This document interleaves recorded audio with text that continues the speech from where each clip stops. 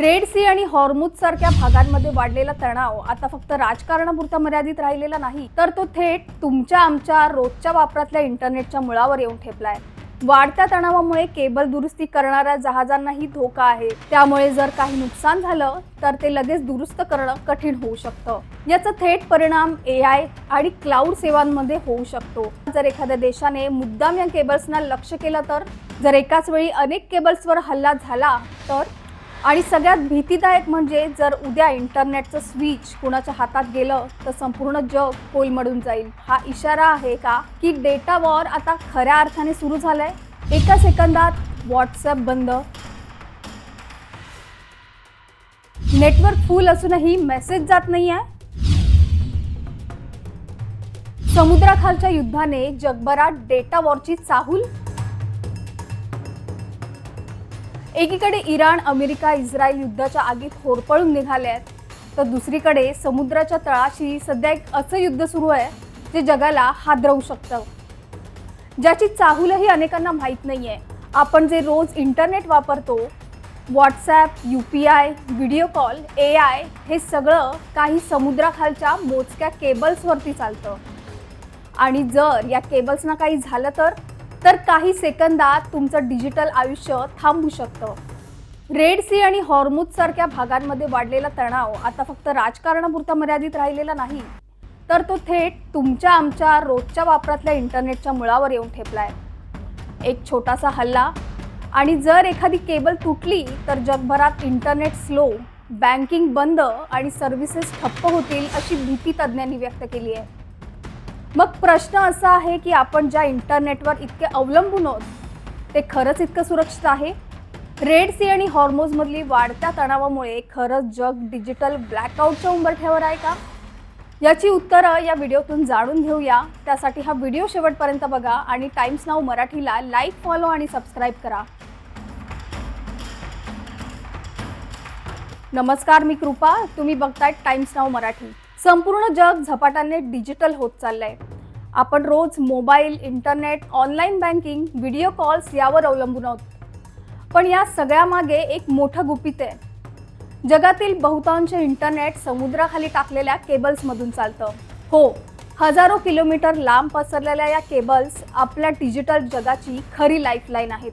यात red C आणि हॉर्मुझ हे दोन भाग खूप महत्त्वाचे मानले जातात, कारण इथून आशिया, युरोप आणि आफ्रिका यांच्यातील प्रचंड डेटा ट्रॅफिक जातो. त्यामुळे या भागांना डिजिटल चोक पॉइंट म्हटलं जातं. आता इथेच मोठा धोका निर्माण झालाय.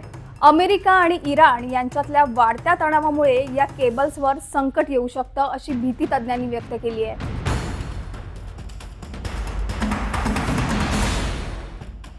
समुद्राखालच्या इंटरनेट केबल कशा असतात हे बघूया. समुद्राखालच्या इंटरनेट केबल्स म्हणजे काही साध्या वायर नाहीत, त्या पूर्ण जगाला जोडणाऱ्या डिजिटल हायवे सारख्या आहेत. या केबल्स समुद्राच्या तळाशी टाकलेल्या असतात आणि हजारो किलोमीटर लांब असतात. बाहेरून त्या जाड आणि मजबूत दिसतात, पण आतमध्ये अतिशय बारीक फायबर ऑप्टिक तारा असतात. या तारा काचेसारख्या असतात, म्हणजेच ग्लास फायबरने बनलेल्या असतात.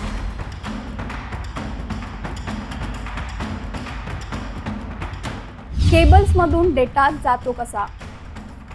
इंटरनेट डेटा जसं की व्हॉट्सॲप मेसेज, व्हिडिओ कॉल आणि आपले नॉर्मल कॉल हा या केबलमधून प्रकाशाच्या स्वरूपात म्हणजेच लाईट सिग्नल्सच्या माध्यमातून जातो.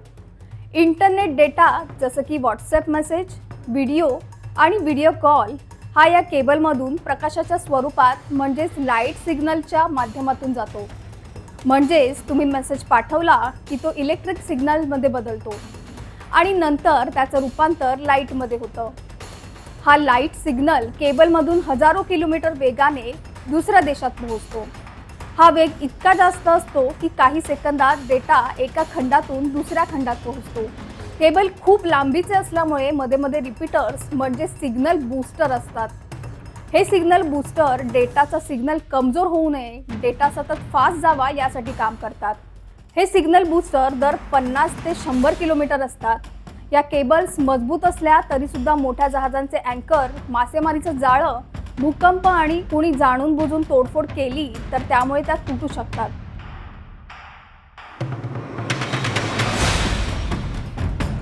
रेड सीच्या तळाशी जवळपास 17 मोठ्या सबमरीन केबल्स आहेत. इंटरनेट, बँकिंग ट्रान्झॅक्शन, क्लाउड सेवा सगळं काही याच केबल्सवरती चालतं. यातील एखादी केबल जरी खराब झाली तर इंटरनेटचा वेग कमी होऊ शकतो, वेबसाईट उघडायला वेळ लागू शकतो आणि काही सेवा पूर्णपणे बंदच पडू शकतात. आधी 2025 मध्ये एक धक्कादायक घटना घडली होती. एका व्यावसायिक जहाजामुळे रेड सी मधील केबल तुटली आणि अनेक देशांमध्ये इंटरनेट सेवा विस्कळीत झाली. आता 2026 मध्ये परिस्थिती आणखी गंभीर झाली आहे. वाढत्या तणावामुळे केबल दुरुस्ती करणाऱ्या जहाजांनाही धोका आहे. त्यामुळे जर काही नुकसान झालं तर ते लगेच दुरुस्त करणं कठीण होऊ शकतं.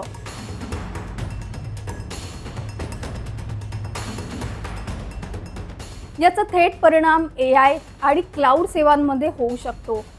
आज मोठ्या कंपन्या, स्टार्टअप आणि अगदी सामान्य लोक या तंत्रज्ञानावर अवलंबून आहेत.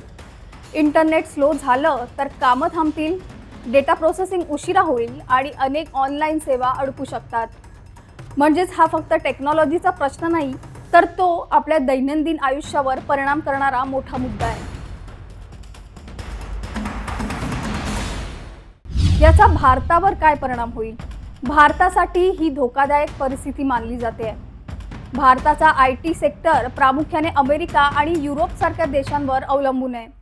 जर या केबल्समध्ये अडथळा आला तर भारतीय कंपन्यांच्या प्रोजेक्ट्समध्ये विलंब होऊ शकतो, कम्युनिकेशनमध्ये अडचणी येऊ शकतात आणि आर्थिक नुकसानही होऊ शकतं.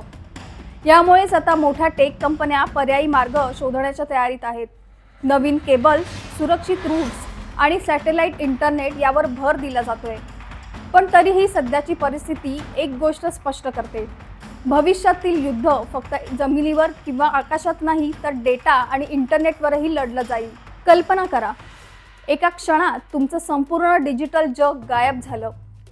फोनला नेटवर्क नाही, UPI फेल, बँकिंग अडकलेलं, ऑफिसचं काम थांबलेलं. आणि कारण काय? तर समुद्राच्या तळाशी कुठेतरी तुटलेली एक केबल. हे फक्त इंटरनेट स्लो होईल इतकं साधं नाही. हा प्रश्न आहे संपूर्ण अर्थव्यवस्थेचा, सुरक्षा यंत्रणेचा आणि आपल्या रोजच्या जगण्याचा.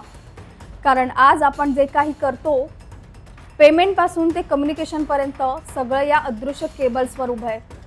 आता विचार करा, जर एखाद्या देशाने मुद्दाम या केबल्सना लक्ष केलं तर? जर एकाच वेळी अनेक केबल्सवर हल्ला झाला तर? आणि सगळ्यात भीतीदायक म्हणजे जर उद्या इंटरनेटचं स्विच कुणाच्या हातात गेलं तर संपूर्ण जग कोलमडून जाईल. रेड सी आणि हॉर्मुझसारख्या भागांमध्ये वाढत चाललेला तणाव हा इशारा आहे का की डेटा वॉर आता खऱ्या अर्थाने सुरू झालंय?